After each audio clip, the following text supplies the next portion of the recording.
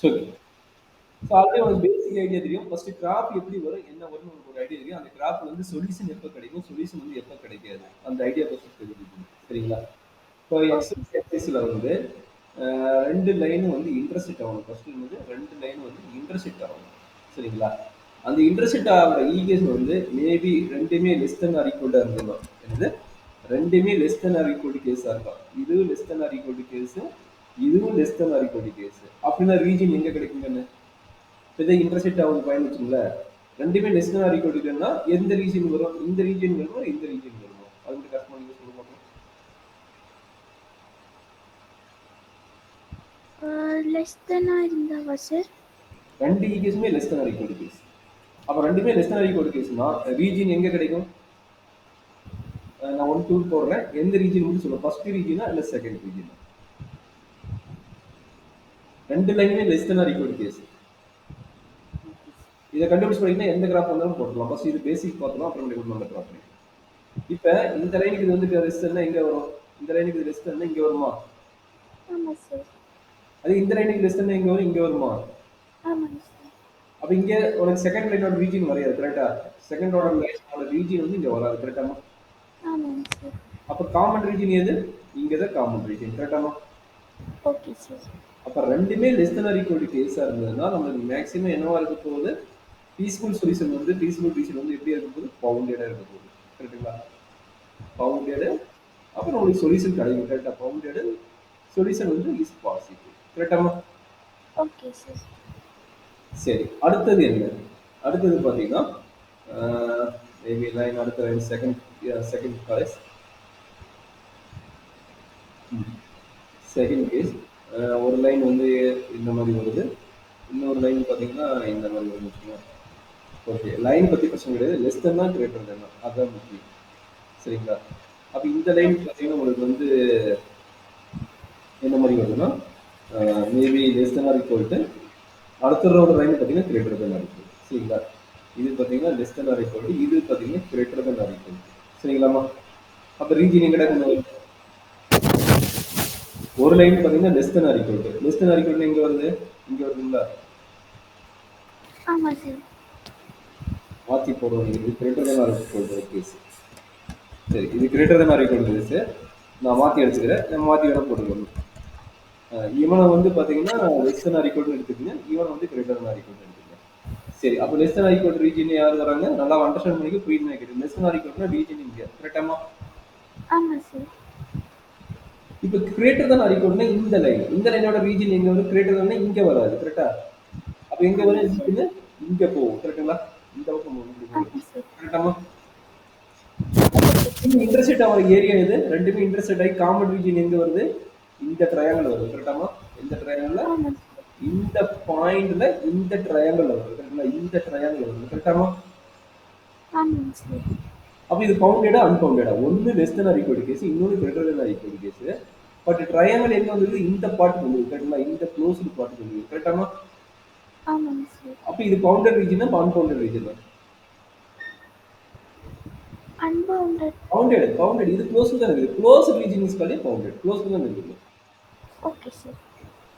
Bounded and solution is only exist. சரிங்களா? Less than or equal to இல்லை greater than equal to அது ரெண்டுமே ஆப்போசிட்டா இருந்தாலும் கூட அந்த ரீஜன் க்ளோஸ்டா இருந்தா பவுண்டட் ரீஜன். கண்டிப்பா க்ளோஸ்ல இருந்தா பவுண்டட். Okay sir. ஏன்னா இந்த ரீஜன் அன்பவுண்டட் தான். இந்த இங்க வெளியே போகுது. வெளியே போறது வந்து இந்த ஒரு லைனுக்கு தான் போகுது. இந்த லைனுக்கு நம்ம வெளியே போன ரீஜன். மேபி வெளியே போனா இப்படி போச்சுன்னு இது ஓப்பனா இருக்குது. அப்ப இது அன்பவுண்டட் ஆயிடும். பட் எல்லாமே க்ளோஸ் ஆயிடுச்சு. இந்த மாதிரி க்ளோஸ் ரீஜன் அது டயக்ராம் டிரா பண்ணும்போது உங்களுக்கு தெரியும். இதே வந்து நான் கண்டிஷன் மாத்தி எடுக்கிறேன்.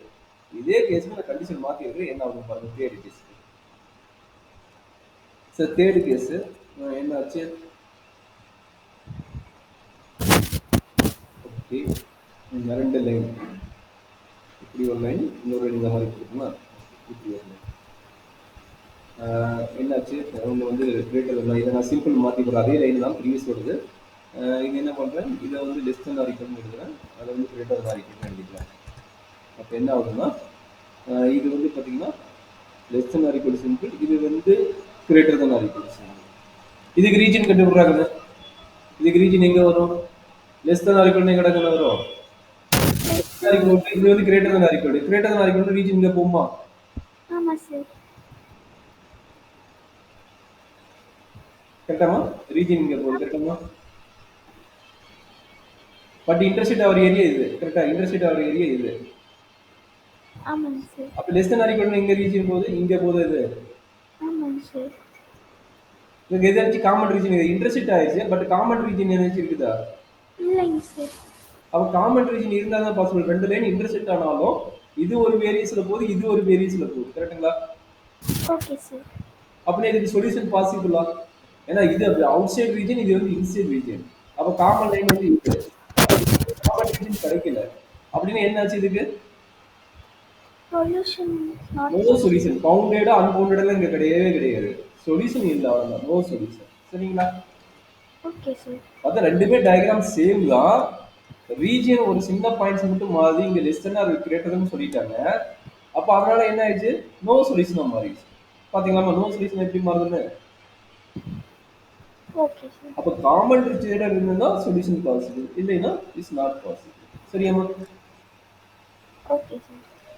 சரி, இப்போ அன்பவுண்டட் ரீஜியன் எப்படி கண்டுபிடிக்கிறது? மொத்தம் 4 டைப் தான். 4வது டைப் இப்போ பார்க்கலாம். அன்பவுண்டட் ரீஜியன் எப்படி கண்டுபிடிக்கிறது அப்படிங்கிற ஒரு ஐடியா போய் கொடுத்துருக்கேன். இப்போ 2 லைன்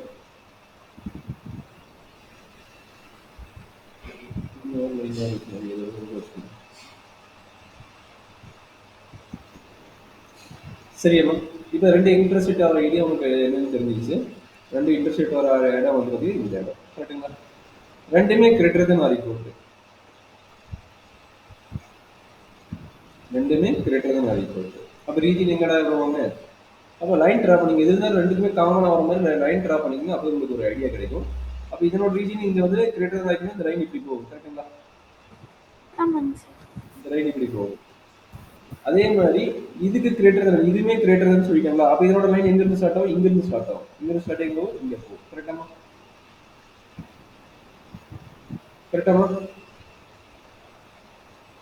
அப்ப ரெண்டுமே காமனா இன்டர்செக்ட் ஆகி ரெண்டுமே என்ன ஆகுது? இங்க காமன் ரீஜன் வருது. கரெக்டாமா? இத காமன் ரீஜன். கரெக்டாமா? ஆமாங்க சார். பட் க்ளோஸ்ட் ஆகுதா? ரீஜன் வந்து க்ளோஸ்ட் ஆகுதா? இல்லை சார். அப்ப இந்த மாதிரி டைப் ஆஃப் ஈக்குவேஷன் சொல்யூஷன் இருக்குது. பட் என்னாச்சு? பீஸ்ஃபுல் தான். பட் என்னாச்சு? சொல்யூஷன் இது ரெண்டுமே இன்டர்செக்ட் ஆகி காமன் ரீஜன். பீஸ்ஃபுல் என்னது? ரெண்டுக்குமே காமன் ரீஜன் இருக்கும். கரெக்டுங்களா? இதுக்கு காமன் ரீஜன் இருந்தா அதனால நோ சொல்யூஷன். இதுக்கு காமன் ரீஜன் இருக்குது. பட் என்ன கேஸ்? Unbounded case. கரெக்டாமா? Okay sir. அப்ப எதுல காமன் கார்னர் பாயிண்ட்? இப்ப இவ்வளவு டைப் பார்த்துட்டோம். எதுல கார்னர் பாயிண்ட்? அதுதான் நம்மளுடைய ஆப்டிமைசேஷன் பாயிண்ட்ஸா இருக்கும். அதுல இருந்து நம்ம சொல்யூஷன் கண்டுபிடிப்போம். அப்ப இங்க பார்த்து எதுல கார்னர் பாயிண்ட்? இது 1 2 3 4. கரெக்டுங்களா? இது 4 கார்னர் பாயிண்ட். கரெக்டுங்களாமா? Okay sir. அடுத்த டயக்ராம் யாரோட கார்னர் பாயிண்ட்? 1 2 3. இவங்க 3 கார்னர் பாயிண்ட். கரெக்டாமா? ஆமா சார். இவன் நோ சொல்யூஷனுக்கு ஒரு பார்ட்டுமே கிடையாது. நோ சொல்யூஷன் இது இன்டர்செக்ட் பார்ட். அப்போ நோ கார்னர் பாயிண்ட். இந்த கார்னர் பாயிண்ட் வச்சு தான் நம்ம வந்து சொல்யூஷன் கண்டுபிடிக்க போறோம். பட் இது காமன் ரீஜன், பீஸ்ஃபுல் ரீஜன் இல்ல. அதனால இது நோ சொல்யூஷன். அப்ப இதுக்கு யாருமே கார்னர் பாயிண்ட்? அன்பவுண்டடுக்கு. அன்பவுண்டடுக்கு யார் கார்னர் பாயிண்ட்? இங்க இருக்கிறோம்னா காமன் பாயிண்ட்ஸ் ரெண்டுக்கும் காமன் ரீஜன். இந்த பாயிண்ட் இந்த பாயிண்ட் இந்த 2 பாயிண்ட் தான் இருக்குது. கரெக்டுங்களா? ஆமாங்க சார். வேற எதுவுமே கிடையாது. அப்ப இந்த 2 பாயிண்ட் வச்சு தான் சொல்ல முடியும் தவிர வேற அடிஷனல் பாயிண்ட் உங்களுக்கு கிடையாது. சரியாமா? Okay sir.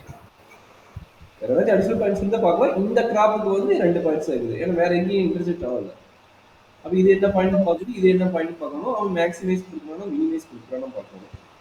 சரிங்களா? மேக்ஸிமைஸ் பாசிபிள் இருக்கு. ஏன்னா சொல்யூஷன் பார்த்தீங்கன்னா இங்க வரைக்கும் போகுது. அப்ப இந்த லைன் இன்டர்செக்ட் ஆகுதுன்னா நமக்கு மேக்ஸிமைஸ் கொடுத்துருந்தாங்க பார்ப்போம், இல்லைன்னா என்ன பார்ப்போம். சரிங்களா? இதுதான் ஒரு பேசிக் லீனியர் ப்ரோக்ராமிங்கோட bounded, unbounded and no solution. மொத்தம் 4 type. Less than or equal to, greater than or equal to, இந்த மாதிரி கேஸ்